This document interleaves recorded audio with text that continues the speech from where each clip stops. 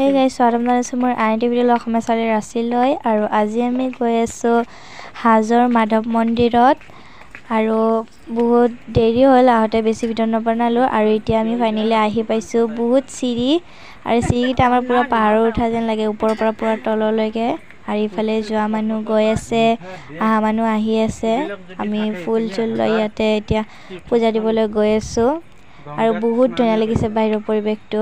আৰু কোনে কোনে মাধৱ মন্দিৰত আহিছে কমেণ্ট কৰি জনাব।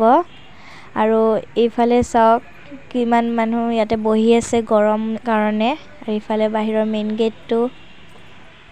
আৰু বহুত ওপৰ উঠিলেও ভাগৰ নালাগে। আৰু ফাইনেলি আমি মেইন গেট আহি পালোঁ।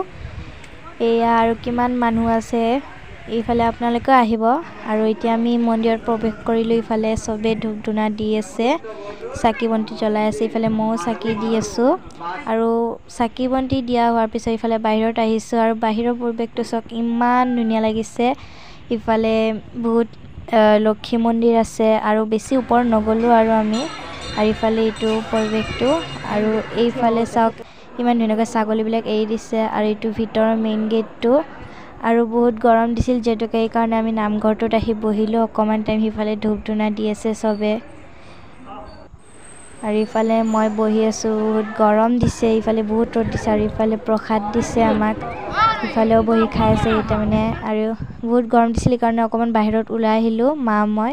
আৰু এইফালে বাহিৰৰ পৰিৱেশটো বহুত ধুনীয়া লাগিছে, সেইকাৰণে ইয়াতে অকণমান আহি বহিলোঁ। বহুত ধুনীয়া বতাহ দি আছিলে, ঠাণ্ডা ঠাণ্ডা। আৰু ইফালে কি ধুনীয়া গছ গছনি। আৰু ইফালে মানুহ বহুতে বহি আছে ইফালে। আৰু চাওক তলৰ পৰিৱেশটো ইমান ধুনীয়া লাগিছে।